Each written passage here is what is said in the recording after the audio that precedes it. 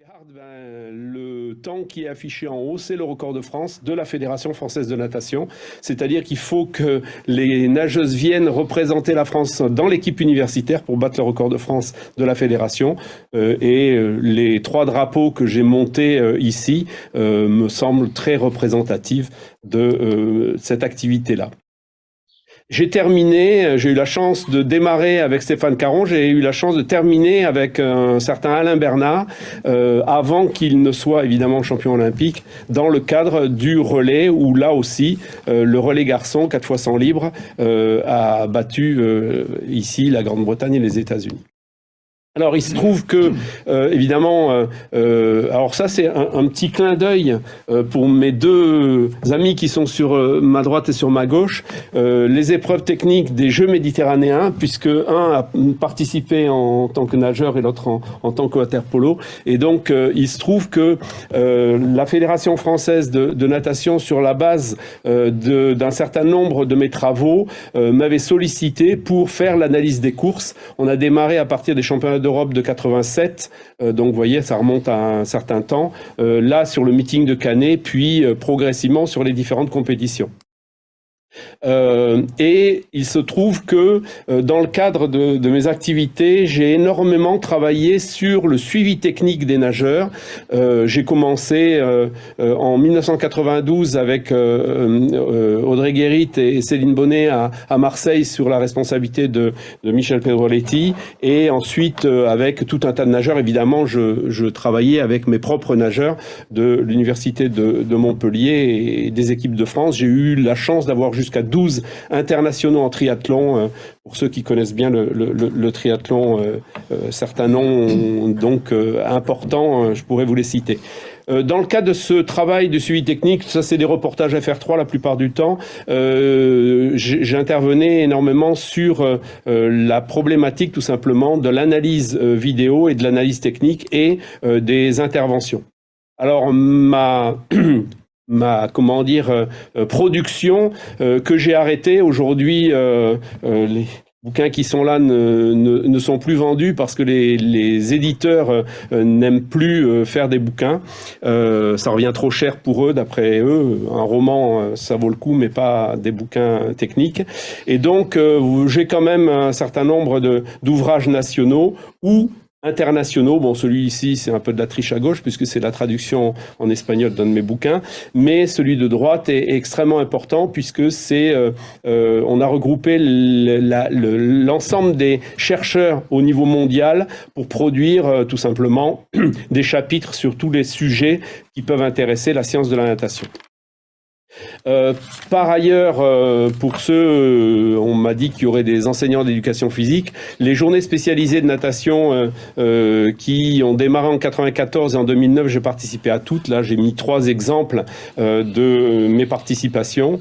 Et j'ai eu la chance également de participer à ce qu'on appelle Biomechanics and Medicine in Swimming, c'est-à-dire c'est le réseau mondial de tout ce qui est de la recherche en natation. J'ai démarré, je les ai tous faits, hein, j'en ai mis que 3 sur l'écran, de 1986 à Bielefeld, à Canberra pour l'avant-dernier et Tsukuba pour le dernier. Le prochain aura lieu donc en Allemagne.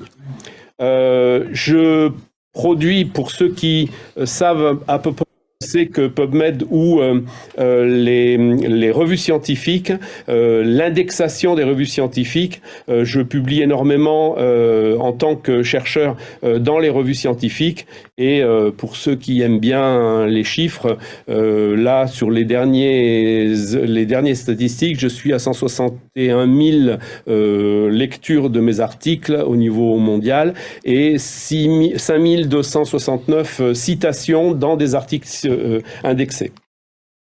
La natation, évidemment, est un de mes domaines de prédilection, mais ça ne représente qu'une partie de mes 132 articles scientifiques, puisque là, il y en a 54 qui sont sur la coordination en natation, où j'ai dirigé quand même un certain nombre de travaux scientifiques. Donc, si vous avez des belles questions sur la coordination, et pour les moniteurs qui seront avec nous demain, justement, c'est le thème sur lequel je vais travailler avec eux, sur sur la coordination, mais aujourd'hui, on est plutôt sur le jeune enfant, et donc la problématique que je vais utiliser ne sera pas celle qui est présentée à l'écran en ce moment. J'ai la chance d'être invité dans pas mal de pays au monde, donc à faire des conférences. Pour ceux qui connaissent, le monsieur qui est sur l'écran avec moi, c'est Ernest Maglisco, qui est un des plus grands chercheurs au monde sur le plan de l'activité natation. Et pour ceux qui ne connaîtraient pas la chaîne Canal U, je vous y engage. J'ai 54 vidéos qui sont intégrées dans la problématique, dans 4 problématiques: base scientifique, coordination, apprentissage ou correction technique, sur lesquelles vous pourrez regarder des vidéos en ligne gratuites. Puisque c'est la chaîne Canal U qui correspond tout simplement à la problématique de l'activité qui est mise en ligne. Alors maintenant, je vais aborder la problématique pour laquelle j'étais invité. Donc il faut que je revienne là, c'est ça, que j'arrête ce partage-là et que je revienne à partager avec... Pardon, non, celle-là, excusez-moi. Je vais juste un tout petit peu bugger. Voilà. Et je vais intervenir à partir du début, si ça va plus vite que tout à l'heure. C'est très très bien. Voilà, donc l'intervention que je vais vous présenter, elle va aller assez vite, hein, donc vous pouvez prendre des notes au fur et à mesure, je reprends des bases extrêmement simples, voire simplistes dans certains cas, sur lesquels je pourrais approfondir avec vous si vous le souhaitez. Donc j'ai intitulé ça, on s'est mis d'accord dans l'organisation, j'ai intitulé ça « Quelques rappels sur l'équilibre, les déplacements dans le milieu aquatique », mais orienté plutôt débutant et non pas au niveau, alors que c'est plutôt mon cœur de métier, mais là je suis à peu près capable de m'adapter. Donc les références que je vais utiliser sont principalement les 4 ouvrages que j'ai présentés ici. Un ouvrage collectif avec Patrick Pelayo, Dominique Maillard et Denis Rosier sur la problématique tout simplement de la natation au collège, au lycée. Là, on va revenir sur des problématiques relativement du jeune enfant. Un équilibre maîtrisé est essentiel à la réalisation de la plupart des habiletés motrices. C'est vrai pour faire du vélo, c'est vrai pour courir, c'est vrai pour faire de la gymnastique. Mais évidemment, dans le cadre de l'aisance aquatique et en particulier, l'équilibre de base doit être transformé. L'équilibre de base vertical, horizontal.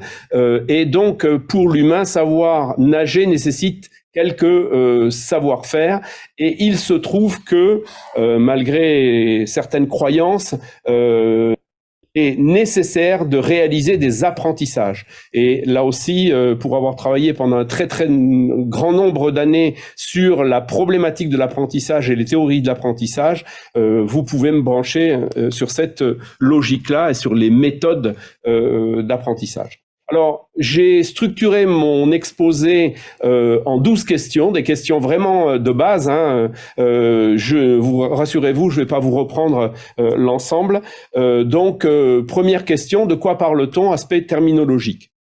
Donc, de quoi parle-t-on? Eh bien, on parle de l'équilibre, de l'équilibration, des mécanismes de l'équilibration ou ce qu'on appelle de l'équilibre de luxe. L'équilibre de luxe, c'est un équilibre non naturel.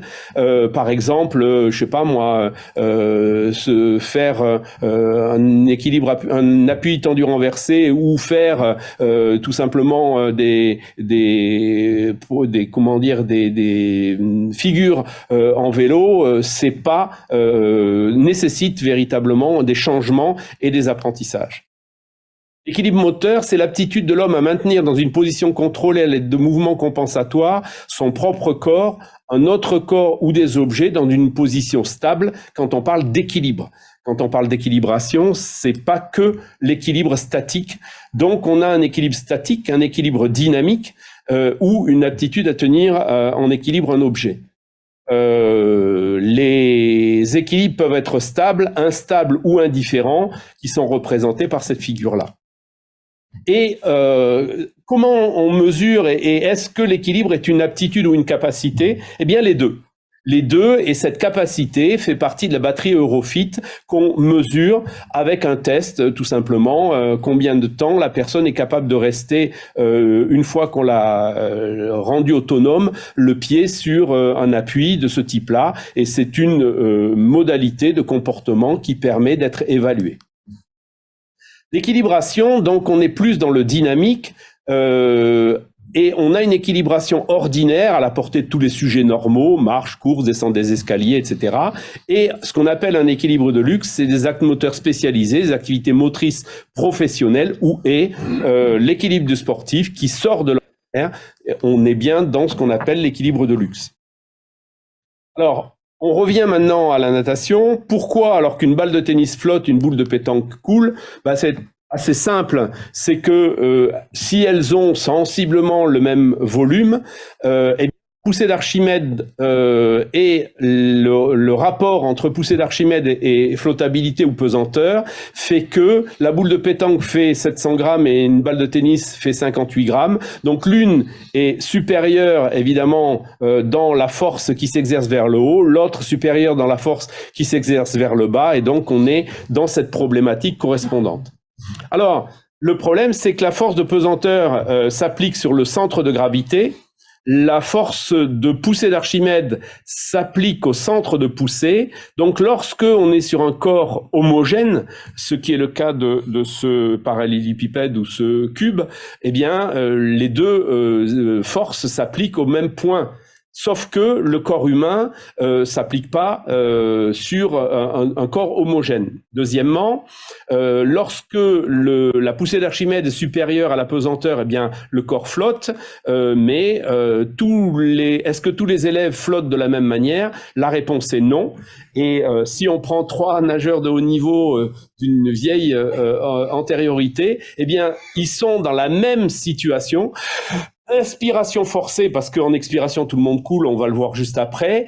Inspiration forcée, eh bien, on peut considérer déjà qu'il y a une différence extrêmement importante, et ça n'est pas un inconvénient de pas bien flotter, c'est un avantage énorme, en brasse en particulier, de mal flotter, puisque ça permet d'être beaucoup plus profond pour créer des appuis plus efficaces. Alors, le calcul, évidemment, de flottabilité dépend de la densité, et on sait qu'un bois de chêne flotte alors qu'un bois d'ébène va couler. Et pareil pour les sujets, on sait que sans rentrer dans une problématique de genre, qu'une femme flotte mieux qu'un homme, et que sans rentrer dans des problématiques tout simplement de contrées ou de pays, on sait que dans certaines configurations morphologiques, on flotte mieux ou moins bien que d'autres. Ça peut être un inconvénient pour débuter, puisqu'effectivement la flottabilité du débutant est une aide précieuse, mais ça peut être un avantage pour nager à haut niveau, quelle que soit la configuration. Le problème, c'est que l'homme le nageur a le droit à avoir une partie émergée et une partie immergée. Le plus beau spécimen pour moi, c'était Thierry Camoun, qui avait une flottabilité absolument extraordinaire. Donc lui, il avait le droit d'avoir toute une partie du corps en dehors de l'eau, alors que certains ont droit à un peu moins. Sauf que si je mets les mains en l'air, eh bien, c'est mes mains qui sont hors de l'eau. Si je me mets sur le dos et puis que je me mets la tête en arrière, eh bien, je peux émerger mes voies respiratoires et donc, évidemment, flotter dans des configurations différentes. Alors, si je demande à un nageur de modifier son mouvement, il a la tête hors de l'eau, et puis je lui demande de monter les mains et de les mettre en hauteur, eh bien, il va couler. Mais au bout d'un moment, il va remonter, et la partie corporelle qui va être émergée, ce seront ses mains. Alors, comment on peut mesurer la flottabilité du nageur? Par des tests de terrain, très simples. On peut regarder tout simplement, c'était les tests de Cazorla à l'époque, où on regardait tout simplement en inspiration forcée, je dis toujours la même chose, eh bien, si j'ai le cou hors de l'eau, si j'ai le menton, la bouche, le front, ou rien du tout, voilà, eh bien, on peut calculer ça comme ça. Nous, on utilisait, je dis bien au passé, des poids. Tout simplement, vous demandez aux nageurs, à la personne de se mettre donc inspiration forcée, donc dans la position fétale correspondant ici, et vous mettez des poids dans le dos jusqu'à le faire couler. Donc, on peut calculer. Alors nous, maintenant, on fait des choses beaucoup plus sophistiquées. On met tout simplement un câble et on tracte le nageur et on a un peson qui permet de mesurer tout simplement quelle est la force qu'il faut déployer pour pouvoir couler le nageur. Cinquième question, vous voyez, je vais assez vite, hein, on pourra y revenir. Cinquième question, quand on souffle, peut-on encore flotter? La réponse est évidemment non. À partir du moment où les tests sont faits ou sont réalisés en inspiration forcée, pourquoi? Parce que c'est parce que on a une cage thoracique remplie d'air qu'on flotte. À partir du moment où on vide la cage thoracique, on coule. Ça veut dire que, prenons une première, j'en ai pas beaucoup donné, mais une première conséquence, quand vous avez affaire à des débutants, demandez à quelqu'un de faire des coulées ventrales ou des mouvements en disant souffle, ben non, c'est une erreur, parce que souffler, justement, c'est vider la cage thoracique et donc c'est se mettre en difficulté par rapport à la flottabilité. Je parle de flottabilité, je parle pas de nage, on va y revenir après. Donc, quand on souffle, évidemment, on coule. Et donc, la problématique est tout simplement de tenir compte de ça quand on veut flotter, quelle que soit la problématique. Pourquoi un nageur statique à l'horizontale se redresse? Eh bien, tout simplement, je l'ai dit tout à l'heure, c'est que le centre de gravité du corps humain n'est pas homogène et il n'est pas placé exactement au centre du corps.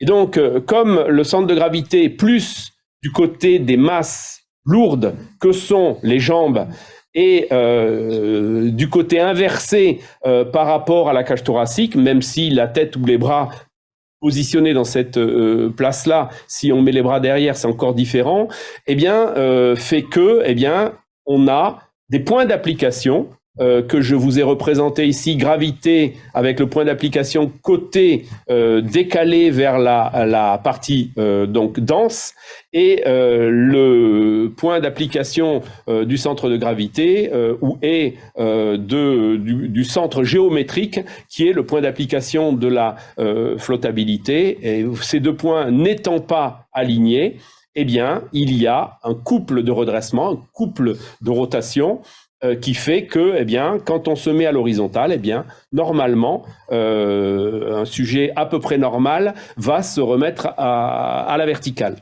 Je dis un sujet à peu près normal parce que nous avons connu un certain nombre de sujets qui ne répondent pas à cette problématique. Alors évidemment, commençons par quelqu'un qui est handicapé, un paraplégique par exemple, qui n'a pas de masse sur les parties denses habituelles des jambes, eh bien, il flotte pas du tout de la même manière qu'un individu non handicapé.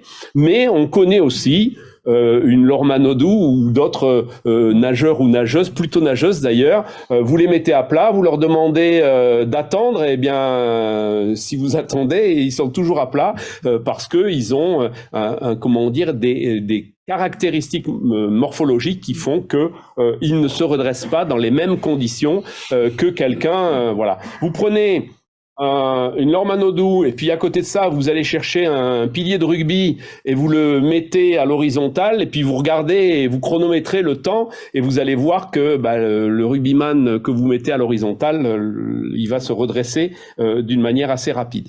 Donc, deux points d'application. Là, j'ai assuré les parties denses, la tête, les bras ou les jambes, mais les jambes, évidemment, sont plus denses. Décalage des points d'application. Et donc, voilà. Alors, comment on peut mesurer ce couple de redressement? Eh bien, le test de Cazorla, c'était tout simplement sur le dos. Pourquoi sur le dos? Eh bien, parce que ça permet de rester un certain laps de temps. On demande à un opérateur ou un aide ou un élève de tenir les pieds à l'horizontale. Et puis, quand on lâche les pieds, eh bien, on chronomètre le temps pour rétablir cet équilibre. Voilà le test dans sa réalité. Donc là, on démarre et on voit le temps qu'il faut pour se retrouver à la verticale. Quels sont les autres facteurs de l'équilibre aquatique? Eh bien, la position, par exemple, des mains, des bras des différents segments, et les filles qui font de la natation synchronisée connaissent parfaitement ça, c'est-à-dire que si je me mets en étoile, si je me mets sur le dos, sur le ventre, si je mets les bras devant ou derrière, eh bien, ça va modifier tout simplement la problématique de l'équilibre aquatique. Donc, écarter un peu les bras, mettre la tête sur le dos et attendre, tout simplement parce que je suis tombé du bateau et qu'on vienne me chercher plutôt que d'essayer de rejoindre un bateau qui s'est un petit peu échappé, ben c'est peut-être une des problématiques, tout simplement, qui permet de rester un peu plus longtemps dans un équilibre donc autonome. En quoi le segment céphalique, la tête, segment céphalique, c'est une manière mécanique d'appeler la tête du nageur, peut contribuer à équilibrer ou déséquilibrer le nageur? Eh bien, tout simplement, si je redresse la tête, par définition, j'émerge une partie supplémentaire de mon corps, et par définition, puisque j'ai choisi que ce soit la tête qui soit redressée, eh bien, le reste va s'enfoncer plus. Donc, ça veut dire que regarder devant moi, virgule, respirer, en respirant devant soi, c'est une modalité qui va détruire ou déséquilibrer ou désorganiser cet équilibre aquatique. Les mouvements de redressement, et en particulier quand je vais appuyer sur mes mains pour redresser la tête, sont des mouvements compensatoires qui vont avoir tendance tout simplement à enfoncer les pieds, à déséquilibrer et à augmenter tout simplement ce couple de redressement. On voit le même nageur lorsqu'il a la tête dans une position normale ou qu'il la redresse, et on voit que les pieds vont s'enfoncer d'une manière beaucoup plus importante. Alors, là, je vais reprendre un certain nombre. Là, je vais vous demander de vous accrocher un tout petit peu plus, puisque jusqu'à présent, c'est des banalités, mais des rappels, on va dire, sur la problématique tout simplement du segment céphalique. Le segment céphalique, quand vous mettez un chat à l'envers, il va se redresser. Comment il va faire? Eh bien, les photos qui sont à droite le montrent. C'est la tête qui va d'abord réorganiser son équilibre, puis les membres supérieurs, puis les membres inférieurs, et il va retomber sur ses pattes par une modalité réflexe. Malheureusement, chez l'homme, ça marche pas comme ça, donc on va voir un certain nombre de choses. Alors, quelques rappels. D'abord, la position de la tête naturelle n'est pas le regard à l'horizontale. La position de la tête naturelle, quand on regarde dans le rocher de l'os temporal et le mécanisme statique, en gros ce qu'on appelle le fil à plomb ou le niveau, eh bien on va s'apercevoir que la position de la tête dépend tout simplement du niveau de maturation. D'autres termes, un enfant n'a pas le même positionnement de référence de la tête que l'adulte, évidemment, là on le voit sur des modalités un petit peu différentes. Alors, qu'est-ce qu'il y a à l'intérieur de ce rocher de l'os temporal, des deux côtés bien évidemment? À l'intérieur, vous avez l'oreille externe, l'oreille moyenne et l'oreille interne. Ce qu'on appelle l'oreille interne, dispose des mécanismes de l'audition, mais dispose également des mécanismes de l'équilibration. Et l'équilibration est constituée de deux modalités, une modalité statique, une modalité dynamique. Et dans la modalité statique, il y a deux appareils complètement différents. Et dans les mécanismes dynamiques, on a trois mécanismes. Alors, j'y reviens. Anatomiquement, on a dans le mécanisme statique, c'est les deux petits traits rouges que j'ai dessinés ici, sur l'utricule horizontal ou le sacule vertical, qui sont des mécanismes statiques. Et on a, à côté évidemment des systèmes de l'audition, des mécanismes dynamiques que je vais essayer de vous représenter. Alors le système statique, il fonctionne comment? Eh bien, un peu comme des petits grains de sable qui sont dans de l'eau et qui, si vous arrêtez ou les petits trucs de Noël là avec des petits trucs qui flottent là et qui coulent, eh bien, vous mettez des grains de sable dans un verre et puis vous secouez, les grains de sable vont se balader partout. Et si vous déposez votre verre, eh bien, les grains de sable vont se déposer. Eh bien, le système, tout simplement maculaire, c'est un système qui permet de détecter l'horizontalité grâce à ce qu'on appelle ce que j'appelle les grains de sable. Ce sont des petites mécanismes de calcaire qui sont déposés à l'intérieur de notre oreille et qui nous donnent tout simplement une position statique. Et le système dynamique, à l'inverse, c'est très très différent. À l'intérieur de cette ampoule, donc à l'intérieur du système ampulaire, donc c'est pour ça que ça s'appelle comme ça l'ampoule, on a une crête, on a une cupule et on a du liquide donc qui circule à l'intérieur. Et lorsque vous bougez la tête, eh bien vous allez mettre en place un mécanisme qui fait que ce liquide va se déplacer et va déplacer des capteurs qui vont nous donner des informations tout simplement sur le mouvement de la tête. Et ces mouvements de la tête, là c'est la réalité, donc avec une coupe, eh bien vont nous permettre tout simplement d'avoir une information dynamique sur l'ensemble des mouvements. Alors pourquoi je vous raconte tout ça? Eh bien parce que il y a un décalage de phase entre le moment où vous allez bouger la tête et le moment où l'information va être donnée. Et il y a une complémentarité entre ces signaux qui vont être donnés dans le cadre de l'équilibration avec un système dynamique et avec un système statique. Et donc, c'est complémentaire. Et par exemple, quand vous êtes en équilibre statique, eh bien, vous avez des systèmes qui vont vous donner de l'information. Et quand vous êtes sur de l'équilibre dynamique, en particulier quand vous nagez ou quand vous faites du vélo, eh bien, on a un système complémentaire. Le problème est que quand vous bougez la tête ou quand vous modifiez le déplacement de la tête, eh bien, il y a des moments où les deux systèmes, et statique et dynamique, vont fonctionner ensemble. Et il y a des moments où le système statique va donner des informations et le système dynamique est absent d'informations. Et d'autres moments où ce sont que le système dynamique qui va donner des informations. Alors pourquoi je vous raconte tout ça? Eh bien parce que ça permet d'expliquer des comportements qui pourraient sembler aberrants et qui ne sont absolument pas aberrants, ils sont tout simplement réflexes.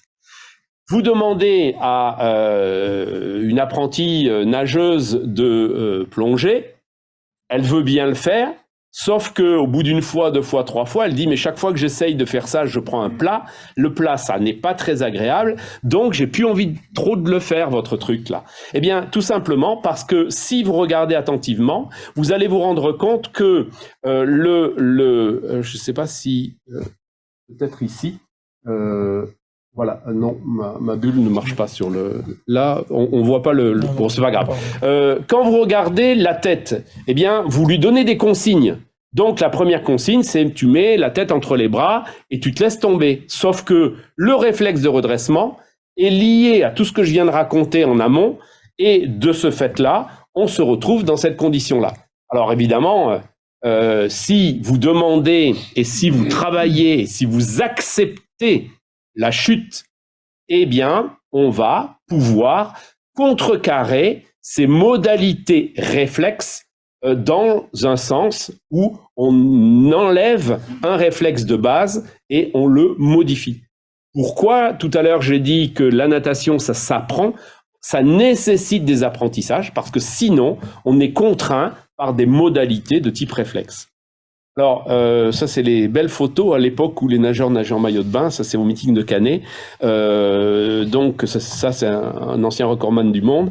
Regardez la tête du départ en dos. Vous verrez bien que la tête a une modalité apprise qui n'est pas naturel. La preuve, c'est que, ça c'est Michel Pou, eh bien regardez les images qu'on voit ici, vous allez voir le premier nageur, alors heureusement c'était un nageur de 200 d'eau, donc c'est pas trop grave, aujourd'hui il pourrait pas faire du 50 d'eau, mais vous voyez, son réflexe, eh bien le réflexe il est vrai dans le sens ventral, mais il est vrai aussi dans le sens dorsal. Alors, comment un déséquilibre est nécessaire pour un nageur? Eh bien, par exemple, quand vous faites une coulée ventrale, quand vous faites une modalité tout simplement de se mettre à plat, ça nécessite une réorganisation, qu'on pousse au sol ou qu'on pousse sur le mur, etc. Une réorganisation. Et cette réorganisation nécessite un certain nombre d'apprentissages. Alors, dans les théorie de l'apprentissage, on a tout simplement ce qu'on appelle, j'en parlerai tout à l'heure, l'aménagement matériel du milieu, créé par Jean-Pierre Famoz au niveau du ski dans les années 80, etc. Eh bien, tout simplement, quand vous mettez des conditions qui font que votre comportement doit s'adapter aux conditions du milieu, eh bien, vous allez provoquer tout simplement des modalités tout simplement de motricité nouvelles. Mais on peut effectivement, si vous nous branchez, je pense qu'on va être assez d'accord à la table ici, si vous nous branchez sur l'apprentissage analytique ou Pavlov, il a quand même eu le prix Nobel en 1920, mais on n'est pas, ou on n'est plus, en tout cas, dans cette problématique des mécanismes de l'apprentissage. Alors, une aide. Par exemple, vous demandez à un élève de tracter un autre élève, eh bien, petit à petit, par le biais tout simplement de la résistance de l'eau et du déplacement, eh bien, ça va provoquer des choses intéressantes par rapport à cette problématique. Tout simplement, s'accrocher derrière un nageur ou etc., sont des modalités et donc le test pédagogique souvent utilisé, c'est tout simplement vous poussez un nageur, et s'il est tout flasque, eh bien, il va aller beaucoup moins loin que s'il est tonique et bien placé, etc., etc. Donc, ça nous amène à un certain nombre de choses. Alors, une petite réflexion qui était dans mon ouvrage des années 90, deuxième édition 97, natation sportive, approche scientifique, c'était si vous dites à un papa et une maman, le dessin est un peu exagéré parce qu'il est un peu grand, le petit garçon là, mais si vous mettez un papa d'un côté, la maman de l'autre, vous poussez un gamin qui ne sait pas encore marcher, il est en déséquilibre et la maman le récupère de l'autre côté. Ah, mon fils a marché beaucoup plus tôt que le fils du voisin. Ben non. Il n'a pas marché, pourquoi? Eh bien parce que ma définition de la nage ou est de savoir, de l'autonomie dans l'eau ou est de l'autonomie sur terre, c'est non pas partir d'un déséquilibre et se déplacer jusqu'à atteindre un nouveau déséquilibre. C'est exactement la même chose si je reviens en arrière sur le sol, je suis déséquilibré, je me déplace et je suis de nouveau déséquilibré. Eh bien ça, c'est pas savoir nager. Par contre, qu'est-ce que c'est que définir savoir marcher?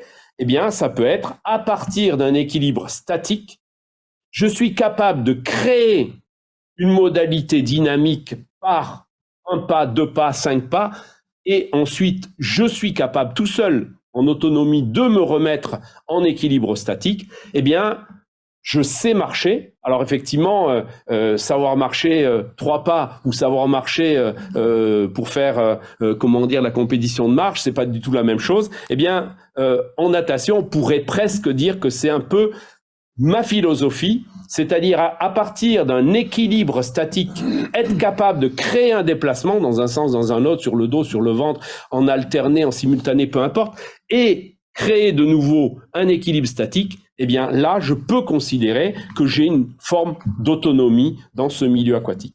Quels sont les déséquilibres qui déséquilibrent le nageur? Souvent on dit lacet, tangage, roulis, mais non, il y a 6 modalités de déséquilibre. Si je rajoute le cavalement, l'embardé, lequel et le lacet, et le pilonnement, eh bien vous avez donc dans le plan de l'espace 3 modalités de déséquilibre statique et vous avez des combinaisons de modalités que sont le roulis, que sont le tangage ou que sont le lacet. Eh bien, chez le nageur, ça correspond exactement à cette même problématique. Alors, est-ce que un roulis est quelque chose de négatif? La réponse est non, particulièrement en dos, mais en crawl, évidemment, on pourra y revenir et j'espère que ceux qui participeront à la séance demain, j'arriverai à peu près à les convaincre de l'intérêt du roulis dans certaines modalités de nage. Donc, tangage, lacet ou roulis sont des modalités tout simplement de combinaison de déséquilibre. Pourquoi la coulée est un indicateur des capacités du nageur à glisser? Eh bien parce que mesurer tout simplement la possibilité pour un nageur de glisser, c'est une compétence. Et tout le monde n'a pas cette même compétence.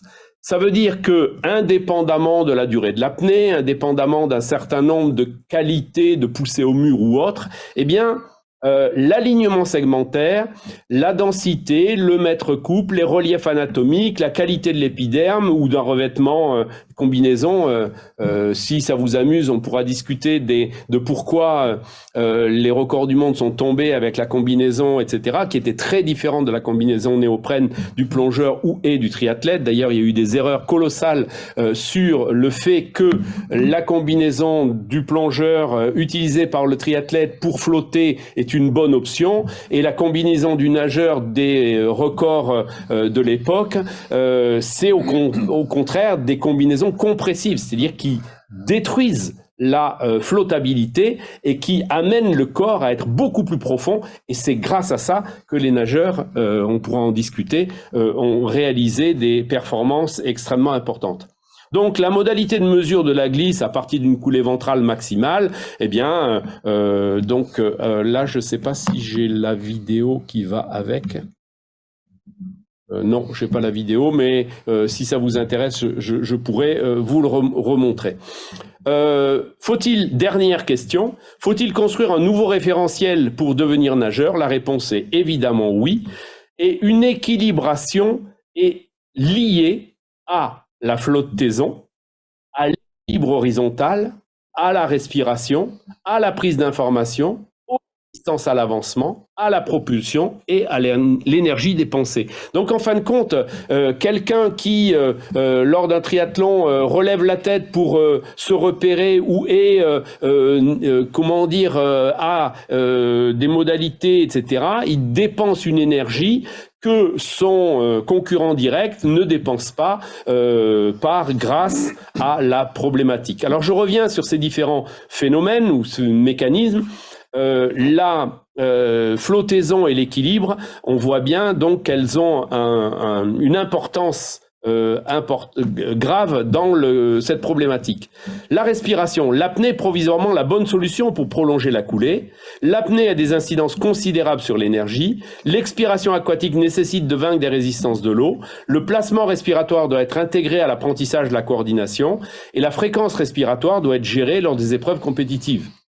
Donc, respirer 3 temps ou respirer tout le temps à droite, ça n'est pas une mesure de la fréquence respiratoire. Parce que si vous respirez 3 temps avec une fréquence de 60 cycles par minute et que vous respirez 2 temps mais avec une fréquence de 40 cycles par minute, du coup, la fréquence respiratoire pourrait éventuellement être la même.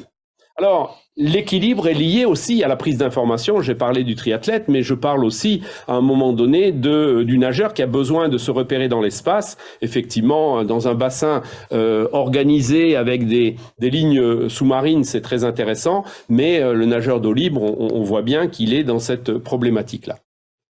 Et l'équilibre est lié aussi aux résistances à l'avancement. Le freinage dépend du CX et de la vitesse de nage.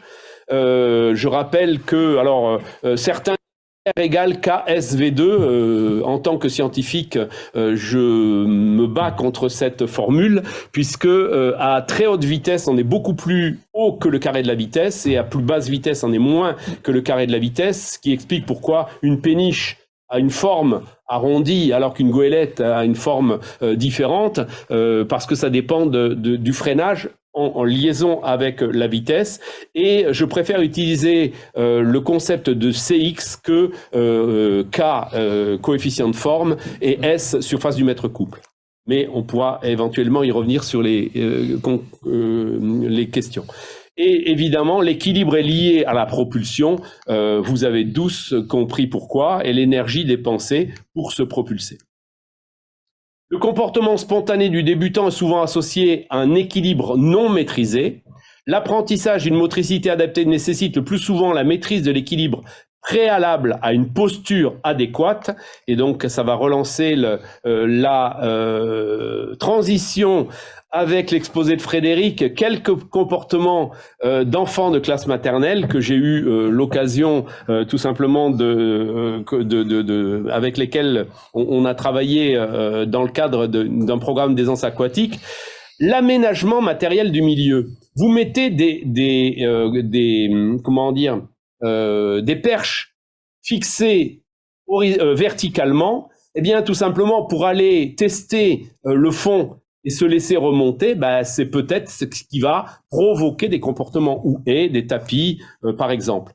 Et si on regarde bon, la vidéo est meilleure sur mon ordinateur que sur votre écran, mais quand vous regardez tout simplement comment, tout simplement à partir d'une forme d'aménagement, ça organise tout simplement des comportements, etc., il peut y avoir un certain nombre de choses à discuter. Alors, voilà par exemple, j'avais sollicité les animateurs pour essayer de provoquer quelques comportements, et évidemment, de temps en temps, ça marche, et je vais vous montrer que de temps en temps, ça ne marche pas tout à fait de la même manière. Voilà, quand ça marche, si la roue permet tout simplement de déséquilibrer, voilà, si on repasse une deuxième fois. Par contre, vous avez quelques modalités tout simplement comportementales qui fait qu'on est plutôt dans la logique d'évitement.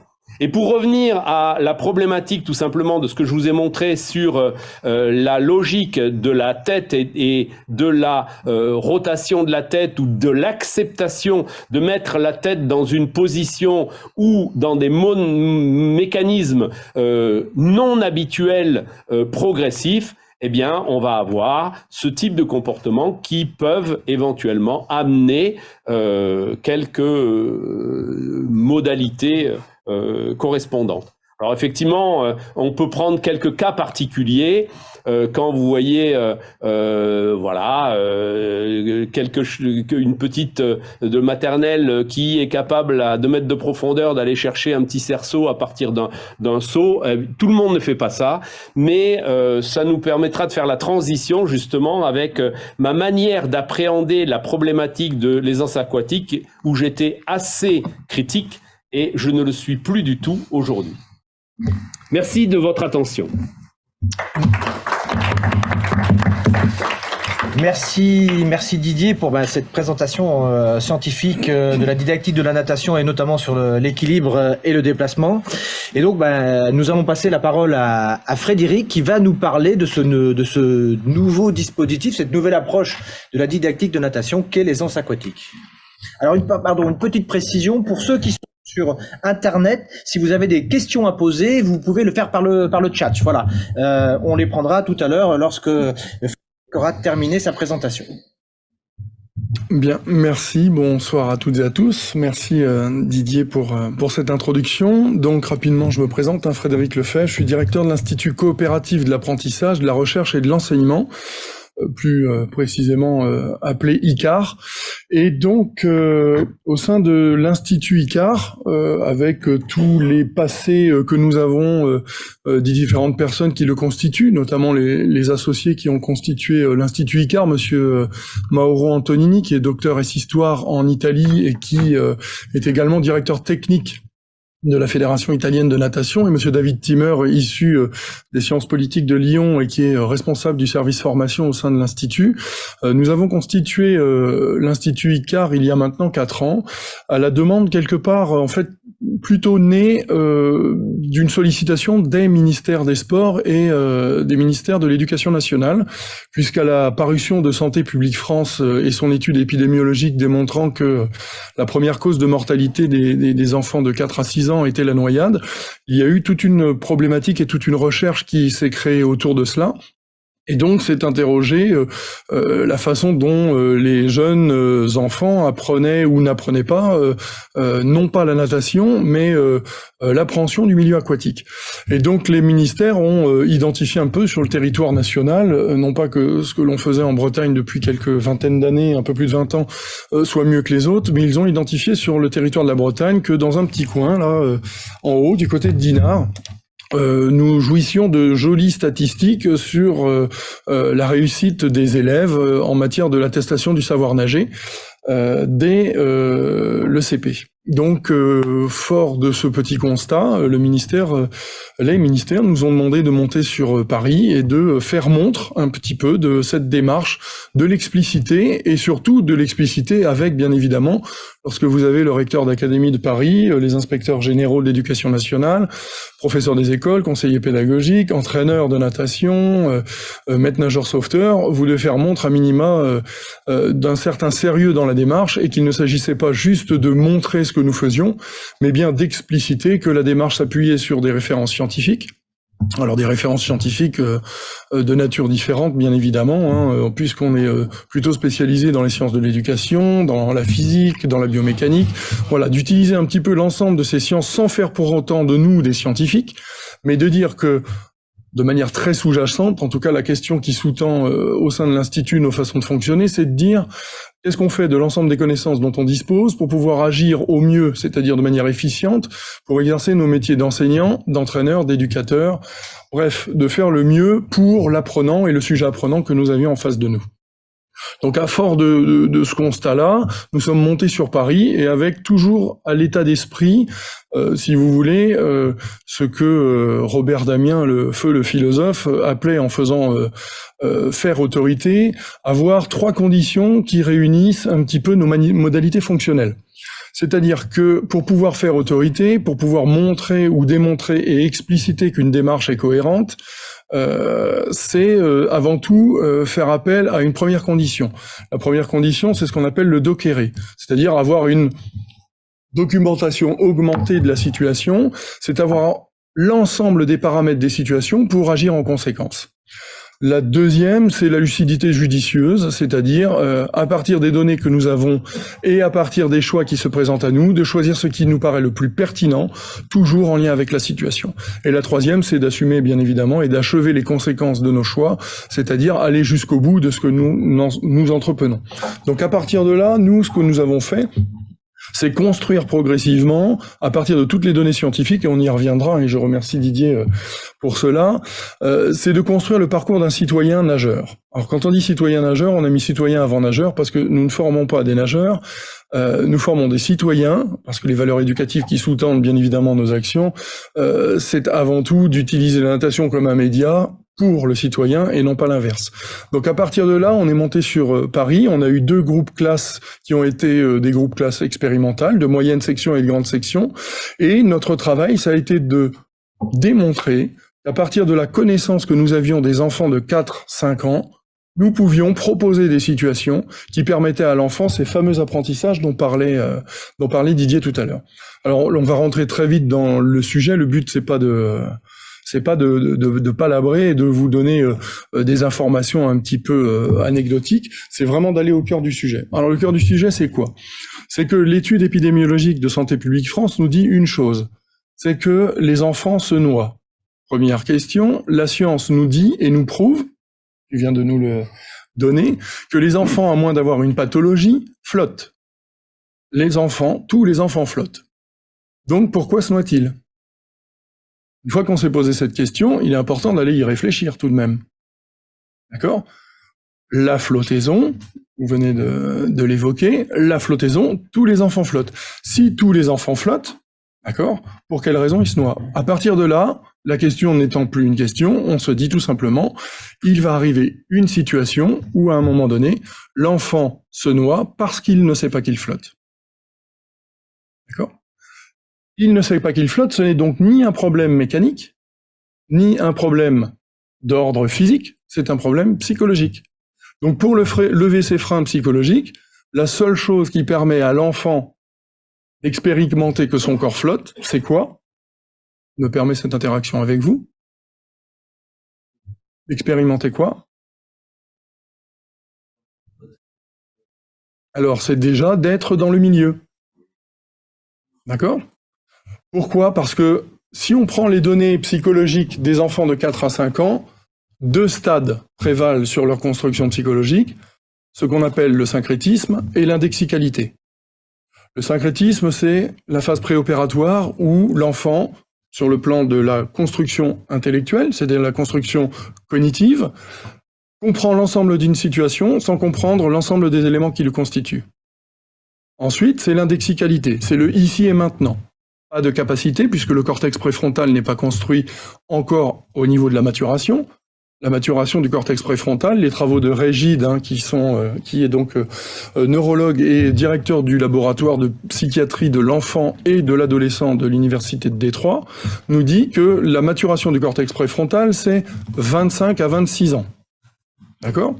Celui qui fait le lien notamment avec l'amygdale et le noyau gris central, ce qui nous permet de gérer à la fois les émotions et de prendre les décisions conséquentes, vous verrez que ça a son importance, et aussi d'aller puiser dans le noyau gris central, qui est notre bibliothèque informationnelle, qui nous permet de prendre les décisions pertinentes pour pouvoir agir face à des stimuli de l'environnement. Donc qu'est-ce qui se passe pour un enfant qui se présente face au milieu aquatique, dans une phase de syncrétisme, quand il n'a jamais mis les pieds dans l'eau encore une fois? Quand il n'a jamais mis les pieds dans l'eau, ce qui se passe pour lui, c'est que dans l'eau, son corps n'existe pas. Phase de syncrétisme. On a plus de 6000 dessins, d'accord, avec près de 4500, 6000 enfants encadrés depuis 3 ans. D'accord? Nous travaillons avec des psychanalystes qui nous démontrent qu'à chaque dessin, sur les premières immersions, c'est-à-dire enfin les premières mises à l'eau, les premières descentes dans l'eau, l'enfant ne se dessine jamais avec le corps dans l'eau. Tout est émergé. Seules les parties émergées existent. Rien n'est dessiné en dessous.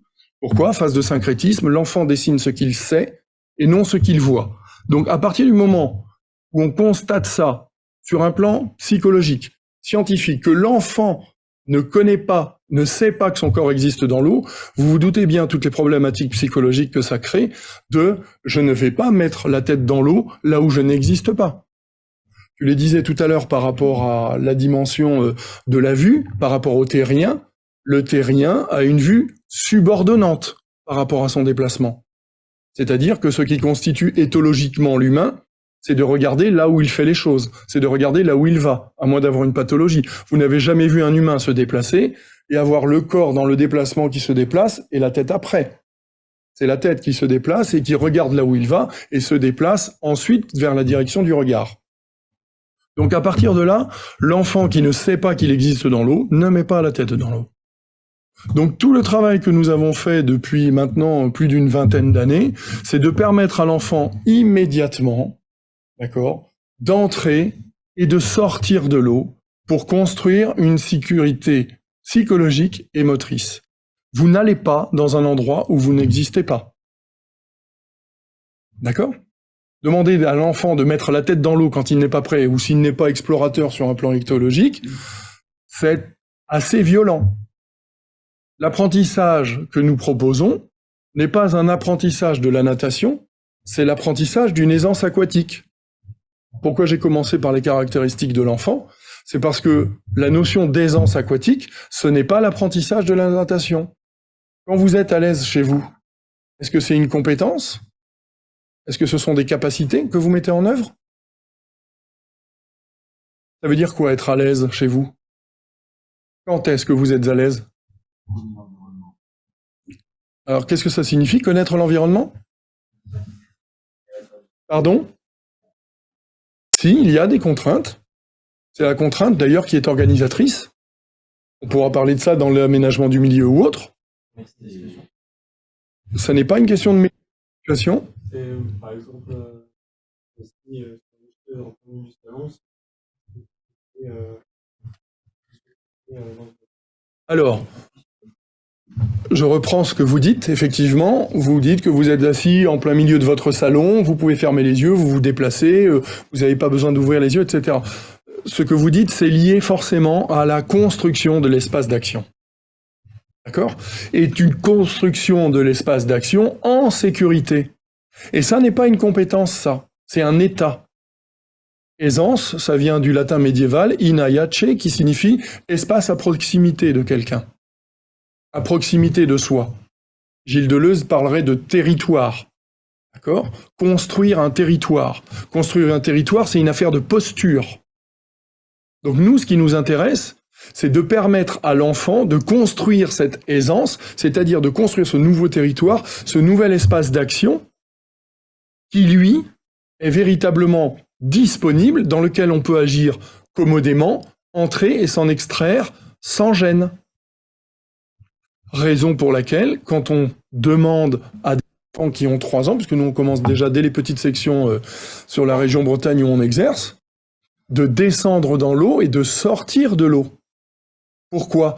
Parce que construire un territoire ou un espace d'action, c'est pouvoir y entrer et en sortir à sa guise en toute sécurité. À partir du moment où cet espace est construit, si j'expérimente de manière motrice mon entrée dans l'eau, ma sortie de l'eau, à tout moment, je construis mon sentiment de sécurité. Parce que la sécurité est un sentiment. D'accord ? L'eau n'est pas hostile en elle-même, hein, les porteurs d'aucune hostilité. C'est notre rapport à l'eau, c'est notre conception et notre héritage culturel à l'eau qui fait qu'on la considère comme hostile, dangereuse ou pas. Et c'est pour ça que nous travaillons beaucoup plus souvent sur la posture de l'enseignant que sur la simple posture de l'enfant. On a coutume de dire au sein de l'Institut Icare que pour libérer l'enfant, il faut libérer l'enseignant. Alors quand on dit libérer l'enseignant, c'est pas qu'il est prisonnier, mais c'est que son héritage socio-culturel parfois, et son rapport à l'eau peut aussi, dans la posture, transmettre, transposer des angoisses, des peurs, qui viendraient à permettre à l'enfant de ne plus agir ou d'être réfractaire. Alors, ce dont on s'est aperçu sur les quelques années d'expérience, on est rendu à plus d'une centaine de sessions d'aisance aquatique, plus de 1600 stagiaires, c'est-à-dire 1600 conseillers pédagogiques, enseignants, maîtres nageurs, éducateurs encadrés, près de maintenant 4500, 5000 enfants encadrés, je parle juste de ces 3 dernières années. À chaque fois que l'on encadre une session d'aisance aquatique, ce qui nous frappe le plus, c'est que ce sont des problèmes d'adultes qui viennent poser problème sur l'enseignement. Ce ne sont jamais les problèmes qui se posent à l'enfant qui viennent en premier lieu. Et donc, ce sont souvent des cultures de l'excuse plutôt que l'excuse de l'inculture, c'est-à-dire je ne sais pas et je vais chercher. Voilà, ça c'est quelque chose que l'on retrouve très très très souvent. Et donc, ce que l'on invite bien évidemment à faire, c'est permettre à tout à chacun d'utiliser la connaissance scientifique, d'utiliser la connaissance qu'on a de l'enfant, notamment entre 3 et 5 ans, s'appuyer sur ce réseau de connaissances que sont aussi bien évidemment les enseignants qui travaillent en maternelle, et on utilise d'ailleurs sur marche donc icarienne, on utilise véritablement les postures de manipulation et d'enseignement des professeurs des écoles, bien plus que sur de la modélisation de la technicité de la nage. Alors, je vais venir très rapidement sur la dimension d'entrer dans l'eau. Une fois que ça s'est fait, une fois que l'enfant est en mesure d'entrer et de sortir de l'eau, je rappelle quand même que la dimension de l'aisance aquatique, c'est un enseignement massé et précoce, en grande profondeur et sans matériel de flottaison. Pourquoi sans matériel de flottaison ? Parce que la notion d'équilibre ne s'acquiert qu'à partir du moment où il n'y a aucun objet qui vient se substituer à une fonction de l'enfant. Tous les psychomotriciens, tous les pédopsychiatres ont bien retiré il y a quelques années ce qu'on appelait les Yupala, ont enlevé, etc. Tout ce qui permettait à une époque de se substituer à une fonction de l'enfant pour que la marche puisse être acquise. On parlait tout à l'heure de la marche. La marche autonome, elle s'acquiert aux alentours de 7 à 8 ans.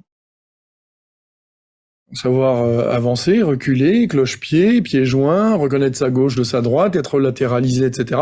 C'est 7-8 ans. Donc c'est un phénomène, c'est une motricité complexe. Et ce qu'on retrouve souvent, c'est quand l'enfant va dans l'eau en tant que terrien, qu'il agit Parce que souvent, on a souvent des tableaux hein, dans les livres de scientifiques, c'est le terrien et le nageur. On a les constituantes, équilibre, respiration, propulsion, etc. Il nous manque une petite transition, c'est le terrien dans l'eau quand même. Hein. C'est-à-dire qu'avant de devenir nageur et après avoir quitté le terrien, il y a quand même l'adaptabilité du terrien dans l'eau. Qu'est-ce qui se passe à ces moments précis? Si l'enfant de 3 à 5 ans ne met pas la tête dans l'eau parce qu'il ne sait pas que son corps existe, il a besoin donc de reconstituer son schéma corporel dans le milieu aquatique. Et la façon dont il reconstruit son schéma corporel dans le milieu aquatique, seule la proprioception, seule la kinesthésie peut jouer, c'est-à-dire que seul le rapport à toucher le contenant, c'est-à-dire le bord du bassin, toucher les murs, toucher le fond, va lui permettre de prendre conscience que dans un espace fini, son corps existe. Et là, il pourra réunifier l'espace de vision et l'espace d'action. Avec ce que disait tout à l'heure Didier, et à juste titre, souffler est une problématique de nageur, souffler n'est sûrement pas une problématique de l'apprentissage de l'aisance aquatique.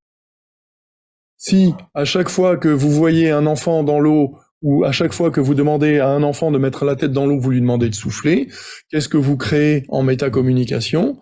C'est que à chaque fois que tu as la tête dans l'eau, tu dois expirer. Donc, ça veut dire que si tu n'expires pas, l'eau va rentrer en toi. Ce qui n'est absolument pas vrai, pas juste. Donc, il doit expérimenter, lui, tout simplement, le blocage. Quand on dit le blocage, c'est pas l'apnée, hein, c'est cette immersion avec une rétention de la ventilation. Continue à respirer en circuit fermé, hein, mais on arrête la ventilation. Pour certains, c'est d'ailleurs assez angoissant, ça peut être assez traumatique aussi, puisque c'est la première fois depuis leur naissance qu'ils vont arrêter une ventilation de manière tout à fait spontanée parce que l'environnement l'exige. Donc l'enfant mettra de toute façon la tête dans l'eau dès lors qu'il aura pris conscience que son corps existe. Donc c'est pas quelque chose qui relève d'une inquisition ou d'une imposition. C'est quelque chose dont on sait pertinemment, puisque c'est éthologique, l'humain est constitué de telle sorte qu'il regarde là où il fait les choses. Et donc à partir de ce moment-là, les conduites posturales à tenir, et c'est sur ça que nous travaillons, c'est de permettre à l'enfant de construire une motricité qui va lui permettre par la suite d'immerger sa tête par la conscientisation que son corps existe dans l'eau, après l'avoir touché de différentes manières, différentes façons, sur toutes les surfaces de son corps. D'accord? Donc c'est un petit peu comme ça que nous travaillons, et puis on incite et on invite assez souvent et assez rapidement, en 8 séances, à permettre à un enfant d'atteindre ce qu'on appelle la flottaison. L'objectif étant bien évidemment là, c'est-à-dire de flotter. Puisque les enfants flottent, la réelle problématique qui se pose à nous, et qui est une problématique d'ordre physique, c'est que pour accepter, d'ailleurs je vais poser une question, l'équilibre dans l'eau, il est stable ou il est instable? Merci. L'équilibre est stable dans l'eau, d'accord? Vous vous mettez en hypotonie, vous ne bougez plus, vous allez prendre une forme. Quelqu'un va passer à côté de vous, va vous remuer dans tous les sens, il vous lâche. Vous reprenez quelle forme? Si vous êtes en hypotonie, complètement relâché? Exactement la même. D'accord?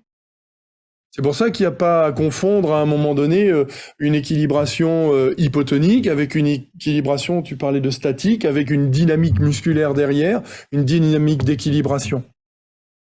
Votre corps flotte lorsque vous avez poumon plein et que vous êtes en hypotonie, que vous ne bougez plus. Sauf que cette hypotonie, comme le disait tout à l'heure Didier, créée par rapport au terrien, prend une forme de déséquilibration de terrien, mais qui est un équilibre statique, dans l'eau. D'accord? Donc les enfants, pourquoi ils se noient à ce moment précis? C'est que par eux, et de manière éthologique, lorsqu'ils se mettent en équilibre, c'est-à-dire que lorsqu'ils ne font plus rien en hypotonie et qu'ils partent vers l'avant, ils pensent qu'ils chutent. Et vous avez à ce moment-là tous les réflexes que l'on retrouve chez le terrien lorsqu'il chute, c'est-à-dire être relevé pour protéger la tête, les mains en avant, le bassin en arrière pour protéger les viscères, et on retrouve tous les réflexes archaïques du terrien qui ne chutent pas, qui balancent les hanches en arrière, qui relèvent la tête, et avoir les voies aériennes le plus près de la surface de l'eau. alors qu'il suffirait qu'il fasse juste et il resterait à la surface, et de temps en temps, de manière spontanée, il expire et il inspire. Donc ça, cette construction-là, elle ne peut pas être cognitive. Elle ne peut pas être cognitive parce que l'enfant de 3 à 5 ans n'est pas, dans son stade préopérationnel, capable de faire de la programmation, n'est pas capable, dans sa phase de syncrétisme, de faire de l'abstraction. Il est dans l'indexicalité, c'est-à-dire dans l'ici et maintenant, et il ne fonctionne que par affection, c'est-à-dire de manière très émotionnelle et réactive. Le cortex préfrontal n'étant pas encore à maturation, c'est au niveau de l'amygdale que ça se passe, et donc forcément, tous les réflexes vont être liés à l'émotion, et si l'émotion, est trop grande, trop angoissante, etc. pour lui, ça n'est plus possible d'agir. C'est pour ça que l'on retrouve souvent des enfants qui se mettent à pleurer parce qu'ils ne veulent pas aller dans l'eau. Alors, je parle pas de je pleure parce que je fais une petite taquinerie que je n'ai pas envie de faire. Je parle d'un pleur qui manifeste véritablement une peur, d'accord, d'aller dans l'eau. Mais en fait, la peur, c'est quelque chose de très irrationnel. C'est émotionnel et c'est très irrationnel. Et l'objectif pour nous, c'est de ne pas confondre le symptôme, la cause et le besoin. Donc quand un enfant pleure, c'est le symptôme pour nous, c'est sa manifestation. La cause, c'est véritablement la peur. Et la peur, c'est une incertitude posturale. C'est je ne sais pas comment me comporter dans un environnement que je ne connais pas et dont je pense que je vais disparaître. Alors là, vous avez tous les mécanismes. Ça n'est pas que biomécanique, là. Là, c'est un phénomène là d'ordre affectif et psychologique. La peur me bloque. Vous le voyez dans les vidéos gags partout, même chez l'adulte, c'est un réflexe archaïque. Là, c'est complètement éthologique. Quand vous ouvrez une porte et quelqu'un vous fait peur, de manière éthologique, vous avez 70% de la population qui fait quoi? Qui sursaute et fuit. Vous avez 20% qui restent bloqués et qui savent plus quoi faire. Et vous avez le reste qui sont en mode combat. D'accord? Ça, on parlait d'apprentissage. Ça, si effectivement ce n'est pas un construit, vous allez avoir l'enfant qui pleure. Incertitude posturale. La seule façon de lever une incertitude posturale, c'est-à-dire la seule façon de répondre aux symptômes, à la cause et aux besoins surtout, c'est de lui permettre d'agir et de lui montrer qu'il peut rentrer et sortir de l'eau à n'importe quel moment. Et là, on l'accompagne, ce qu'on appelle une guidance kinesthésique. Il ne s'agissait pas, comme moi j'ai vécu dans les années 70, où on vous jette dans l'eau et rejoint le bord si tu peux, et c'est comme ça que tu apprends à nager. Non, c'est là on accompagne l'enfant, et on voit bien les enfants qui ont très peur d'entrer dans l'eau et qui n'arrivent même plus à sortir là où ils ont une motricité tout à fait correcte sur la terre. Le simple fait de sortir de l'eau est déjà problématique parce qu'ils sont plutôt dans une gestion émotionnelle de la situation et pas du tout sur une gestion rationnelle et de motricité. Donc voilà un petit peu comment nous fonctionnons. Nous fonctionnons en permettant à l'enfant, dans le respect de son développement syncrétique et indexical, nous lui permettons d'agir sur ces 8 séances enseignement massé précoce sans utiliser de matériel qui se substitue à une fonction de la recherche de l'équilibration. Parce que, j'allais dire, le jour où l'humain marchera ou apprendra à marcher au milieu d'une piscine où il n'a pas pied, là je dirais je veux bien enseigner la natation là où les anses aquatiques, là où effectivement on a pied dans un petit bassin. Ça n'est pas le cas. Et ça a toujours été d'ailleurs l'évolution, ça a toujours été l'humain qui s'adapte à l'environnement, et en fonction des modifications de l'environnement, l'adaptabilité est humaine. C'est pas l'eau qui va s'adapter à l'humain. Donc, pour permettre à l'enfant de comprendre que l'eau l'aide à remonter, l'eau l'aide à flotter, donc ce que ça va construire par la suite, c'est que un enfant qui a conscience que son corps flotte aura, sur un plan biomécanique, des orientations bien plus efficientes en termes d'énergie et bien plus efficientes en termes de mécanique, sur du déplacement, sur de la gestion de l'effort, sur ceci, sur cela, parce que toutes ces orientations ne seront pas faites pour rester à la surface.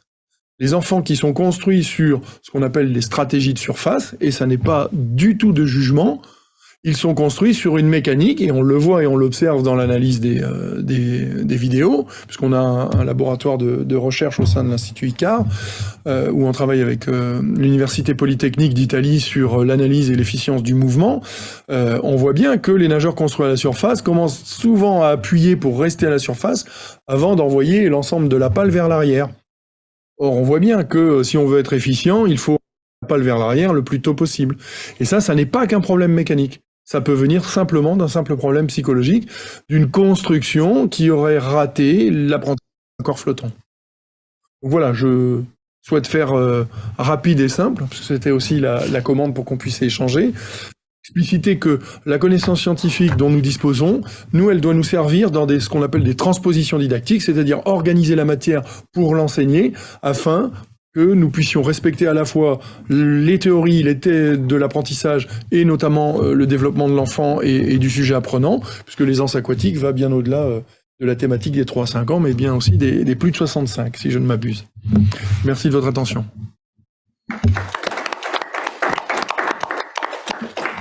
Merci Frédéric pour cette présentation du dispositif d'aisance aquatique. Donc maintenant on va lancer le débat. Donc on vous demandera de poser des questions. Et avant de vous permettre de poser des questions, moi j'aurais une question liée au dispositif et qui s'adresse à vous deux. L'aisance aquatique, on parle de 3 paliers. Palier 1, palier 2, palier 3. Est-ce que dans ces paliers, il y a des constructions qui permettront par la suite de renforcer ou d'améliorer le parcours du nageur? Donc là, je ne sais pas qui veut parler, mais je lance un petit peu le débat par rapport à ça. Donc l'idée étant, bien sûr, de pas chercher une opposition dans vos positionnements, mais plutôt de chercher des complémentarités et éventuellement après de donner des exemples de situations. Qui prend la parole? Alors, pour répondre, merci Didier, pour répondre à la question, en tout cas, sachez qu'au sein de l'Institut ICAR, nous, il n'y a rien de dogmatique. Donc, on commence toujours par en l'état actuel des connaissances, ce qui signifie forcément que celle-ci étant évolutive, la technicité évolue, donc la didactique évolue, et on essaye autant que faire se peut que notre pédagogie évolue. Ce que je venais de dire justement, c'est que dans le cadre des 2 premiers paliers de l'aisance aquatique, notamment sur le palier 2, où là on est véritablement non plus sur palier 1, j'entre dans l'eau, je sors seul de l'eau, j'entre dans l'eau, je me déplace avec quelques secondes face immergée, enfin tête immergée. Le deuxième, on est vraiment déjà sur le corps flottant, c'est-à-dire explorer la profondeur, accepter après une chute ou un saut que je puisse ne plus bouger, me laisser l'eau me remonter, accepter le bouchon de surface et rejoindre le bord spontanément. C'est-à-dire vraiment ne pas avoir non plus un apprentissage de la natation avec un geste codifié, mais d'utiliser le spontané, c'est-à-dire l'archaïque de l'être humain, pour pouvoir revenir au bord, en utilisant sa propre motricité.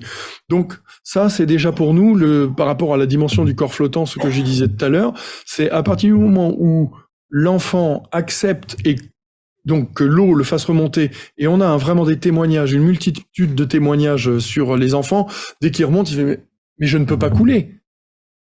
Cette conscientisation, cet émerveillement parfois, cette jubilation, comme diraient certains professeurs des écoles type Odette Bassi ou Christine Passerieux, c'est vraiment une jubilation de ce que je suis capable de réussir, et je m'en rends compte parce que ma motricité m'a permis d'explorer une connaissance de l'environnement, et que de cette connaissance, j'en ai un enseignement, et que de cet enseignement, je construis une nouvelle motricité. Et donc ça pour nous, ça fait partie d'une efficience. C'est-à-dire qu'à partir du moment où l'enfant sait qu'il flotte, on le voit sur la petite fille tout à l'heure, contrairement aux autres. Il y en a plein qui sautaient dans l'eau et qui tout de suite font des effets parachute. Vous avez vu ça, hein? Les effets parachute, c'est j'ai un réflexe archaïque qui fait que de toute façon, je veux pas descendre. J'accepte pas de descendre parce que je ne sais pas que mon corps flotte. Celui qui sait qu'il flotte, ça, de toute façon, statistiquement, nous, on a toutes les données. L'enfant se laisse descendre, n'a aucun souci à se mettre bien droit, à descendre au fond et à remonter sans rien faire. Or, il se trouve que la profondeur, elle a quand même quelque chose d'intéressant chez le nageur. Il n'y a pas de résistance à avoir à aller vers la profondeur. Surtout que c'est là où l'eau est à peu près plus stable, si je ne m'abuse, mais là je laisserai Didier en discuter, et là où les appuis sont performant et ne pas souffler en plus à ces moments-là. On l'a vu avec les travaux de certains scientifiques japonais qui montrent bien l'effet du poumon ballast. C'est-à-dire que voilà, au fur et à mesure que je reviens vers la surface, j'ai une accélération parce que je conserve bien évidemment mes poumons pleins. Donc forcément, ça participe bien évidemment à cette construction du nageur qui sera un nageur sans doute plus efficient. Mais plus efficient par rapport à l'individu qu'il est dans son parcours et dans son apprentissage. C'est pas une règle générale, ça s'applique à l'individu en tant que tel. Mais ça ne signifie en rien que un individu qui aura appris à nager à la surface, alors on parlait d'Alain Bernard, mais on est grands amis avec Alain et on discute souvent, il n'a pas été construit sur ce type de modèle et pour autant il est champion olympique. La question qui se pose, c'est s'il avait fait autrement, aurait-il fait mieux ou moins bien? Personne ne peut répondre à ça. En revanche, ce que l'on sait, c'est que les enfants qui apprennent ainsi, ils ont un nouvel espace disponible. Ce nouvel espace disponible, ils peuvent l'explorer en milieu naturel. Et on s'aperçoit que les constructions de nageurs de surface parfois ont des angoisses quand ils voient plus le fond, ont des angoisses quand ceci. Moi, je travaille beaucoup avec les collègues de la SNSM pour avoir été sauveteur embarqué. C'est assez étonnant. Certains nageurs de haut niveau, angoissés, avec des dimensions de vertige, voilà, parce que la construction d'un corps flottant conscientisé, tu parlais tout à l'heure de maîtriser, oui, ça n'est pas acquis. Alors peut-être juste pour compléter un petit peu la réponse, mais je pense que vous avez tous compris que la réponse est complète, mais je vais juste apporter 2-3 éléments supplémentaires. La première, c'est que quand on aborde la natation, on va dire experte, comment s'est construit un nageur expert? On a tous les cas de figure. Et c'est l'intérêt aussi de ces différents paradoxes. On a un certain nombre de nageurs qui ont été nageurs très tard. On a au contraire des gens qui sont passés par les bébés nageurs, qui sont passés, voilà. Après, la question dans le cadre de la motricité et l'évolution d'une motricité experte nécessite des passages.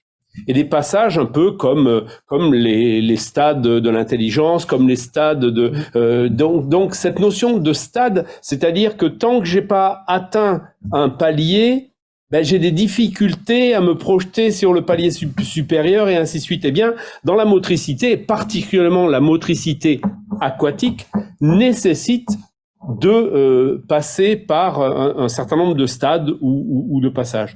Ces stades, quelque part, quand on regarde aussi la notion tout simplement de reproductibilité. Cette notion est extrêmement importante dès qu'on aborde la problématique de l'apprentissage. C'est-à-dire que est-ce qu'on est dans une éducation ou est-ce qu'on est dans un apprentissage? Les deux concepts ne sont pas équivalents. Et faire un citoyen nageur ou un nageur, ça n'est pas la même chose. Et donc la problématique tout simplement d'éduquer par l'activité ou par l'eau, et donc la natation, c'est un cadre. C'est défini d'une certaine manière. La relation avec le milieu aquatique, c'est autre chose. L'éducation, c'est encore autre chose, et ainsi de suite. Donc, quel est votre objectif fondamental? Si votre objectif fondamental, c'est faire du champion, alors reprenez toutes les théories des pays de l'Est à un moment donné où eh bien, les enfants étaient testés dès l'école primaire ou même maternelle, et lui il a des qualités pour faire de la gym, allez on t'envoie dans un centre de préparation de gym, lui il a des qualités parce que etc, et en fonction voilà, et après les aspects familiaux, tout ça, tout le monde s'en fiche parce que l'objectif était de faire de la médaille ou de faire des champions. C'est pas du tout la réflexion qu'on essaye d'aborder avec vous. Pour autant, je peux pas être à côté d'anciens champions ou moi-même d'avoir passé ma vie à essayer justement d'en produire ou de les aider à le devenir, et je vais pas critiquer, mais pour autant tout dépend de quelle est la problématique de l'objectif. Je voudrais juste faire un dernier petit point par rapport à cette problématique-là, c'est la notion d'automatisme, qui me semble absolument fondamentale. Lorsque je fais quelque chose pour la première fois, est-ce que je suis capable de le reproduire? La réponse est non. Et pour le reproduire, il faut que je sois plusieurs fois placé dans une situation comparable et que progressivement, je vais stabiliser mes comportements parce que plusieurs fois mis dans la même situation, je vais avoir progressivement le même type de comportement. Mais ce type de comportement n'est pas stable. Et donc, pour le stabiliser, il faut passer par l'automatisme. Et je voudrais utiliser, à côté de ce concept d'automatisme, le concept de stéréotype. Celui qui va construire par conditionnement va stéréotyper. Qu'est-ce que c'est un stéréotype? Eh bien, ça veut dire que la réponse est bonne dans une condition donnée, mais dès que je change le cadre de référence, eh bien, la réponse n'est plus adaptée. Et donc, adaptation nécessite automatisme et non pas conditionnement. Et donc, ça veut dire que conditionnement aboutit à stéréotype, bloqué, et automatisme est lié à donc motricité, donc riche, etc. Donc voilà quelques petites réflexions qui sont évidemment dans la droite ligne de ce qu'a dit Frédéric tout à l'heure. Bien, ben maintenant nos deux intervenants ont beaucoup parlé, donc nous allons vous donner la parole. Alors je rappelle, vous avez un petit bouton rouge et posez votre question. On vous écoute.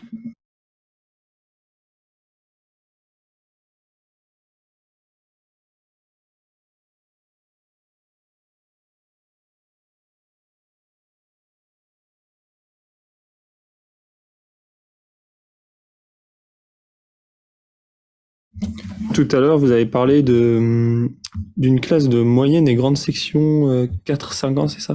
C'est quoi l'âge idéal pour commencer à faire apprendre à nager des enfants? Pour, comment dire? Ce qui est le plus idéal pour l'apprentissage.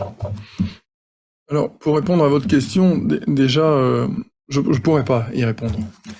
Je peux essayer d'approcher avec le côté institutionnel. Alors, l'institution, c'est plutôt de dire que voilà, il y a un programme qui a été fixé par la DGESCO, donc la Direction Générale des Programmes Scolaires, au niveau de l'Éducation nationale, et qui met l'accent sur les 4 à 6 ans. Donc là, on est vraiment sur les 4-6 ans, sur l'aisance aquatique, avec un parcours derrière qui va vers le savoir nager, etc. C'est un parcours qui est construit de telle sorte que c'est pas un apprentissage de la natation, c'est la construction d'un état. C'est pour ça que je vous disais tout à l'heure, c'est pas une compétence, être à l'aise, c'est un état. Donc c'est un état à atteindre. Pour atteindre cet état, derrière, il y a tout un petit parcours qui a été construit. Derrière, vous pouvez aussi avoir, là, plein de choses me viennent à l'esprit. Il y a des pratiques qu'on appelle les pratiques spontanées. Vous avez des peuplades à travers le monde qui, pour des raisons alimentaires, pour des raisons géographiques, pour des raisons culturelles, sont déjà très tôt dans l'eau.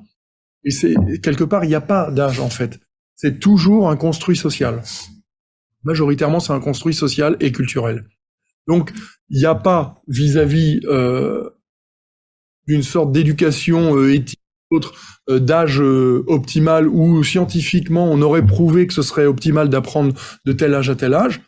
À n'importe quel âge, vous pouvez être dans le milieu aquatique et avoir une construction d'un état, c'est-à-dire une construction d'une aisance qui se fasse par un accompagnement empathique. Je n'utilise pas le mot bienveillant parce que j'aime pas ça, mais voilà, plutôt sur ce domaine-là.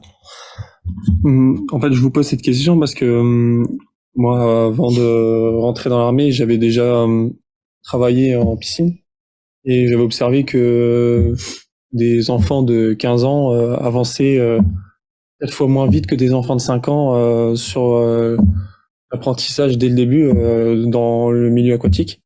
Donc, est-ce que c'est lié à des... Forcément, plus on commence tard, plus on a de blocage psychologique? Est-ce que c'est forcément lié à ça ou... Pas forcément psychologique, mais je laisse répondre sur la dimension aussi anatomique et la densité du terrien. Bien sûr. Alors, psychologiquement, plus vous avez accumulé des expériences malheureuses, j'utilise mes mots, hein, et plus, quelque part, vous êtes en difficulté. Donc, à 15 ans, quelqu'un qui ne sait pas nager, on peut considérer dans notre organisation française, hein, je n'élargis pas ça au niveau international, mais dans notre configuration française, vous dites j'ai 15 ans et je ne sais pas lire, j'ai 15 ans, je ne sais pas, je sais pas quoi, je sais pas jouer au foot, ou j'ai 15 ans et je sais pas nager, vous êtes déjà considéré comme un zombie dans ce cadre-là. Donc, il y a une dimension sociale. Il y a une dimension psychologique, puisque moi-même, j'ai besoin d'avoir une image de moi qui soit positive. Et donc, plus je suis en situation d'échec, et plus j'ai tendance à me considérer, moi, comme étant en difficulté. Donc, avant même d'aborder la problématique mécanique, qui évidemment est évidente, on a déjà un aspect social qui pose problème et un aspect psychologique qui pose problème. Après, avant même la notion mécanique, on a aussi une logique, je dirais, de comportementale par rapport à des points de repère. Je n'ai pas de repère, je suis en difficulté, et donc il faut déconstruire pour reconstruire. Alors maintenant, je reviens à mon exposé de tout à l'heure. Plus je suis dans l'eau, dans un comportement qui est proche de mon comportement habituel, plus c'est facile. Donc, le gamin de 4 ans, ça fait pas très longtemps qu'il est vertical. Il a marché à 4 pattes, il a exploré un certain nombre de motricités avant d'atteindre cette motricité verticale, motricité sociale même, etc. Donc, plus il est proche de son comportement naturel, et plus c'est facile. Et après, eh bien, quand un gamin de l'école maternelle se retrouve avec ses petits copains et qui regarde et puis qui voit, et tout ce qui est d'apprentissage par imitation, apprentissage par etc., c'est facile. Celui de 15 ans, il a qui comme modèle? Ben, il a tous ses copains qui, eux, savent nager, donc il peut même pas s'identifier, se remettre dans cette situation-là. Donc on a un nombre de facteurs extraordinairement importants qui va pénaliser cet adolescent, en plus avec la crise de l'adolescence, etc. Vous m'auriez dit 8 ans, 9 ans, 10 ans, pourquoi pas. Alors après, il y a un problème, je dirais, d'optimisation. L'optimisation, c'est la relation entre les contraintes, en gros le coût et le bénéfice, hein, pour le dire d'une manière simple.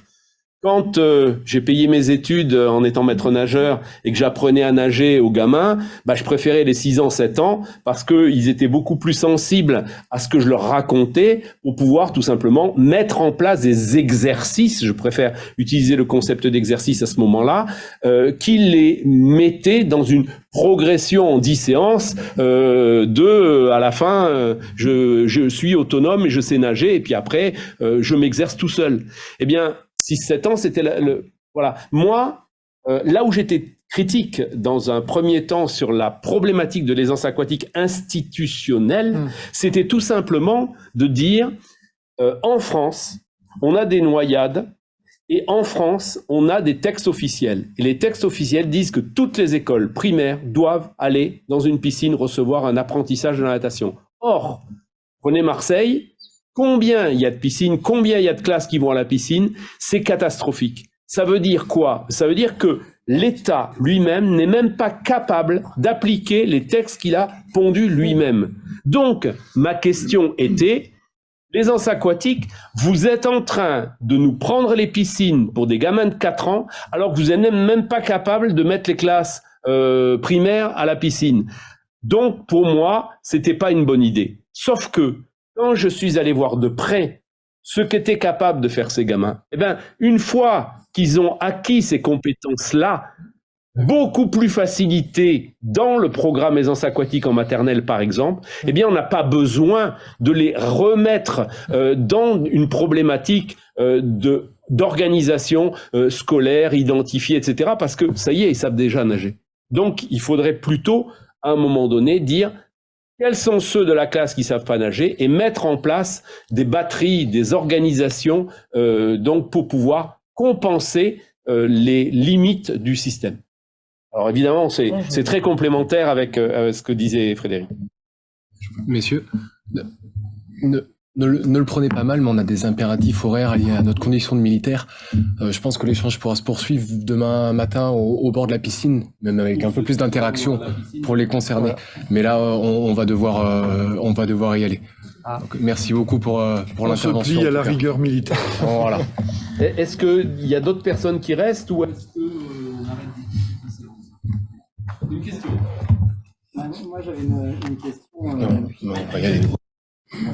Oui, donc ceux qui sont tenus par un horaire, allez-y, on va peut-être continuer un petit peu entre nous, notamment parce que nous avons des questions Internet et puis des questions intéressantes. Donc je pense que comme on enregistre, on va et à demain pour les autres.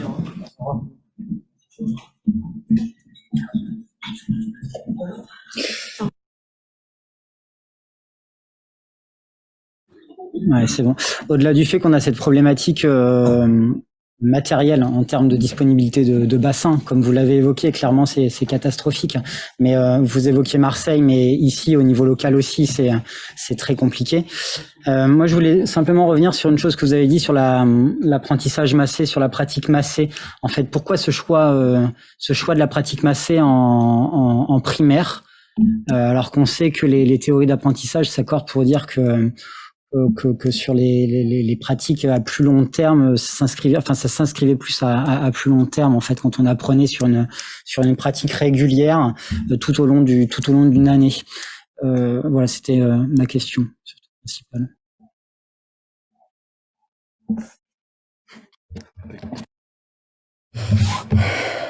Apprentissage massé. Pourquoi massé? Alors, juste déjà par rapport aux statistiques, moi je voudrais véritablement avoir les éléments scientifiques qui démontrent que... parce que moi j'ai les statistiques inverses. C'est-à-dire que ça fait depuis 20 ans que nous expérimentons l'enseignement massé et précoce sur 15 jours pour l'acquisition, je parle bien de l'équilibre, c'est-à-dire du corps flottant et de l'équilibration. À partir du moment où l'équilibration et le corps flottant sont absolument acquis, et on parlait d'acquisition là tout de suite avec Didier, c'est-à-dire que c'est reproductible à l'infini et en plusieurs endroits, en plusieurs environnements, etc. Et que cela, ça fonctionne à 98%. Pour les enfants qu'on a entre les mains, c'est 98,5% de taux de réussite à l'attestation du savoir nager en CP. Après avoir suivi 3 cycles, massé, précoce, moyenne section, grande section, CP. Donc, je suis tout à fait prêt à tenir ces statistiques à disposition sur des enseignements qui sont à plus de 600 enfants tous les ans depuis près de 30 ans, sur les 15 jours que nous menons vraiment, en plus avec nos propres stagiaires de la formation professionnelle. Le souci il est là, c'est ces 3 cycles en fait, ces 3 cycles que vous évoquiez, clairement, c'est dans combien de pourcentage d'établissements en France? 3 cycles, ça n'existe pas. Alors, c'est pour ça peut-être dans 10% des cas.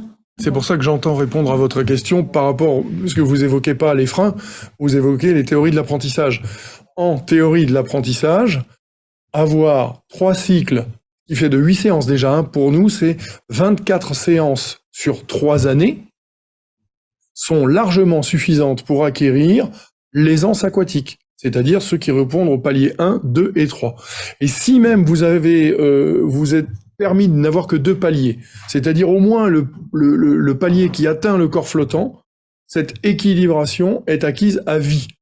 C'est comme l'équilibre au vélo, vous pouvez ne pas faire de vélo pendant 30 ans, vous remontez sur un vélo, vous savez le faire. C'est parce que c'est une construction de l'équilibre. C'est pas une construction d'un corps projectile qui nage, etc.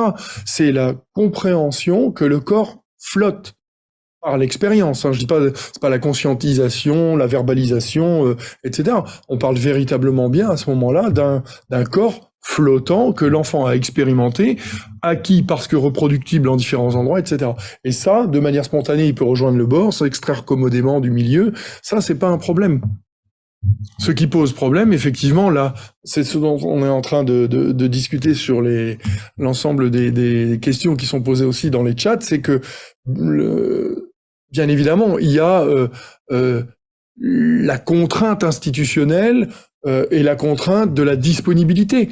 Sauf que c'est pareil, nous sommes intervenus dans énormément de piscines en France, en métropole et en outre-mer.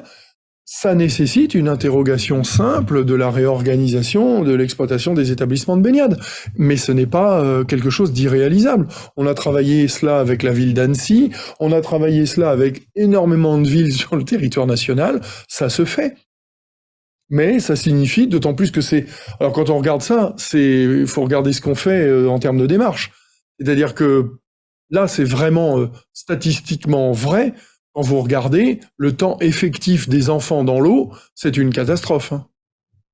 Ça fait 30 ans qu'on les mesure, hein, donc on a toutes les stats. C'est une catastrophe. Cela va entre 7 et 16 minutes de pratique. Quand on est sur du 1 par 1, du 2 par 2, du 1 avec des objets de substitution à la fonction de l'enfant, etc., vous mettez 40 minutes à venir avec le temps de change, vous mettez 40 minutes à repartir, vous avez 40 minutes de séance sur lesquelles vous faites 16 minutes.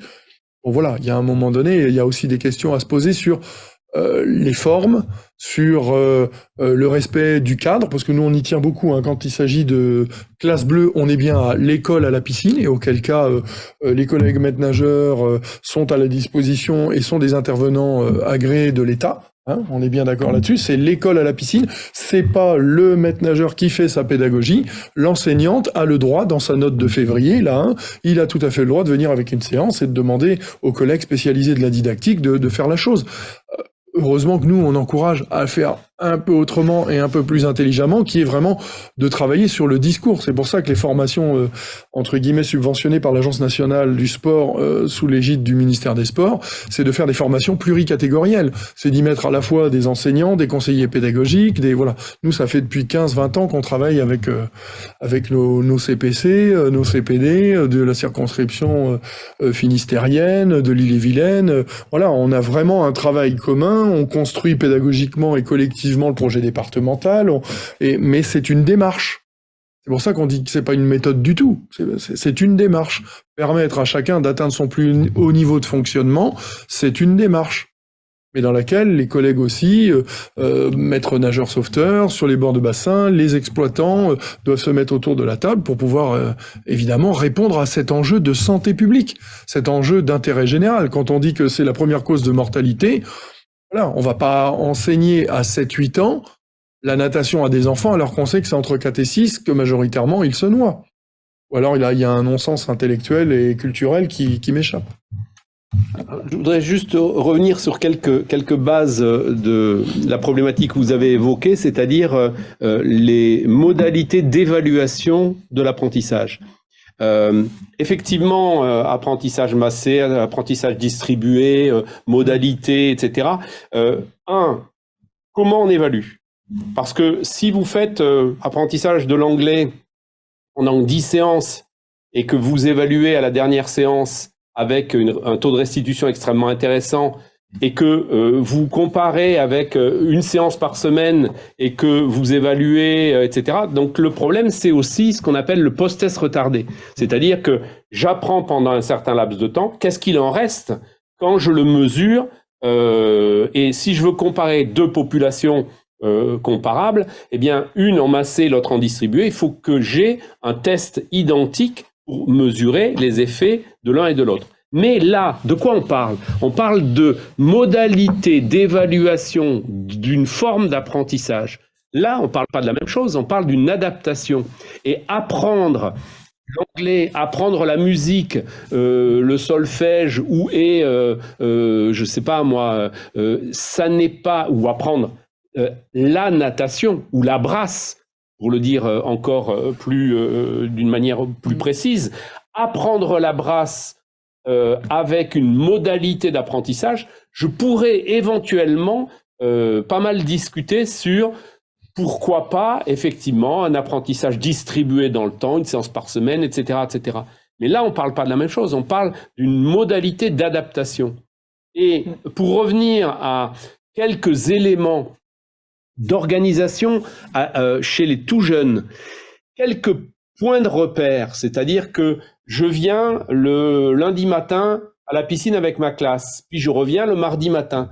Eh bien, ce que j'ai mis en place, la connaissance des vestiaires, l'organisation générale, etc., etc., ce que je vais apprendre, j'ai plus besoin de le réapprendre. Donc, il y a toute une modalité, tout simplement, qui va se structurer. Alors, je suis pas en train de dire il faut absolument masser. Moi, j'ai pas de religion là-dessus, et puis je connais peu la problématique de l'aisance aquatique. N'empêche que il y a un certain nombre d'arguments que je pourrais éventuellement scientifiser sur tout simplement la problématique qu'on est là dans une adaptation à un milieu plus que dans une modalité d'apprentissage.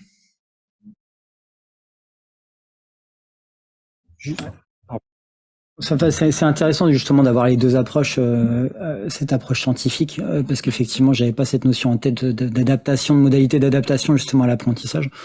C'est intéressant, ouais.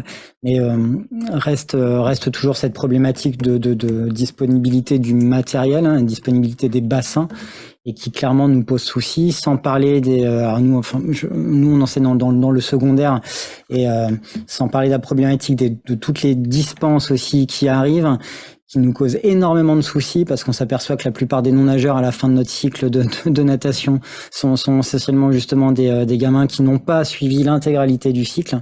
Donc là encore, on est sur une autre problématique, mais je vais utiliser une anecdote. Dans ma vie du siècle dernier, j'ai enseigné l'éducation physique à un moment donné de ma vie, et il se trouve que j'ai eu une expérience extrêmement riche de l'enseignement d'éducation physique dans une école d'handicapés à l'ENP de Berck.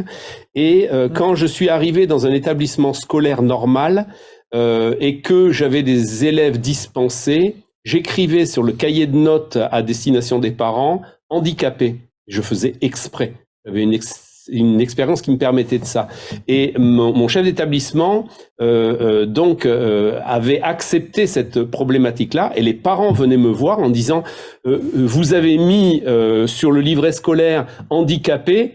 J'ai dit ben oui, il était absent aux séances parce qu'il était dispensé. Mais dispensé, pourquoi? Parce qu'il était handicapé, mais en handicap, je ne suis pas en train de préjuger ou de critiquer, mais à un moment donné, accepter de la part de l'enseignant qu'il soit considéré comme un handicapé. Et je peux vous dire que le nombre de dispensés a été extrêmement réduit.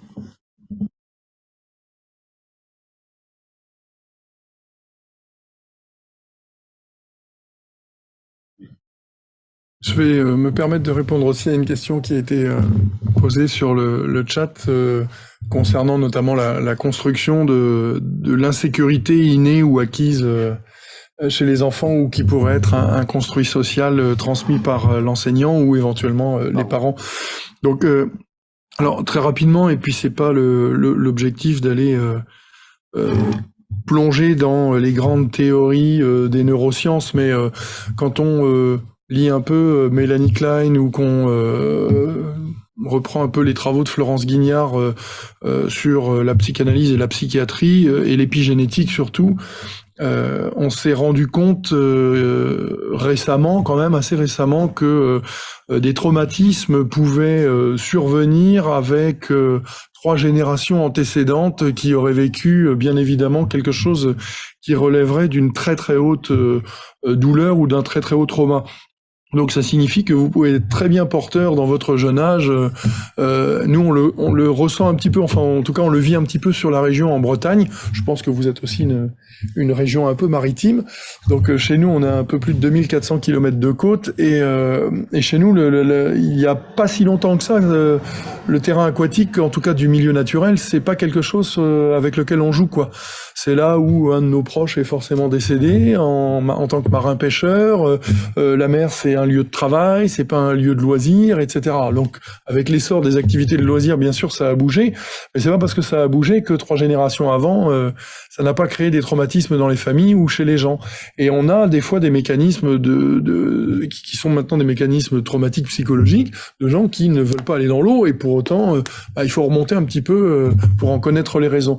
Donc ça, c'était pour revenir sur la dimension de l'inné. Oui, il y a une part de l'inné qui revient bien évidemment à l'épigénétique. En revanche, ce dont on s'est aperçu, et là de manière à la fois très empirique et aussi statistique au sein de l'Institut depuis quelques années qu'on mène l'encadrement des séances et des sessions de formation d'aisance aquatique, c'est que l'attitude posturale, elle libère, mais elle enferme aussi. Donc, vous avez des collègues enseignants, c'est la raison pour laquelle on commence toujours, quel est votre rapport à l'eau? Nommez 3 mots qui définissent votre rapport à l'eau. Alors, c'est très intéressant, hein, vous allez de performance, jouissance, sensorialité, glisse, fluidité. Et souvent, quand on arrive chez les collègues, ça c'est chez les collègues maîtres nageurs, entraîneurs, et quand on arrive chez les collègues professeurs des écoles, qui n'est pas du tout un jugement, hein, mais là, massivement, on a des rapports à la notion d'effort, de difficulté, d'hostilité, de dialectique entre, l'eau c'est quelque chose dont on a besoin pour vivre, se ressourcer, d'ailleurs, hein, tous les verbes qui sont utilisés font toujours rappel à l'eau pour le bien-être, etc. Mais dans un même temps, c'est aussi porteur de mort, porteur de noyade, porteur de quelque chose de fort. Donc, et ça, à travers la dimension posturale, on libère l'action quand soi-même on n'est pas du tout angoissé. On libère ce qu'on appelle une sécurité objective. Là, la sécurité subjective, quand on commence à donner de manière posturale des informations laissant à penser que le milieu est hostile, c'est comme un parent qui se promène avec un enfant, hein, avec ses enfants. Hein, les enfants se retournent de temps en temps pour voir l'attitude des parents, et c'est l'attitude des parents qui libère ou qui ramène. Hein. C'est très éthologique. Donc, et ça dépend aussi du caractéristique de l'enfant, mais majoritairement c'est très éthologique. C'est un comportement qui se lie au-delà du propos, se lie au niveau postural. Donc nous, ce qui nous intéresse, c'est de travailler vraiment sur la posture, et donc j'en reviendrai sur la formation des collègues et de l'ensemble des collègues, parce qu'on connaît très bien évidemment vos contextes et le contexte des formations des professeurs des écoles, à qui la responsabilité d'une sécurité dans un environnement qu'ils ne connaissent pas et qui parfois même ne maîtrisent pas, et qui parfois même est un environnement qui peut leur être vécu comme étant là très hostile. Il est évident que c'est très difficile d'organiser l'aisance aquatique pour des enfants qui, eux, vont mettre pour la première fois les pieds dans l'eau, quoi. Bien. Eh bien, merci. Nous allons conclure. Nous avons largement dépassé. Et c'est un peu fort logique parce que le sujet, il est vaste. Moi, j'avais encore aussi beaucoup de questions, mais j'espère que ça sera pour une prochaine fois. En tout cas, Didier, Frédéric, merci. Et puis, nous allons conclure. Alors, je laisserai la parole à Cœur de Sport pour conclure un petit peu cette soirée.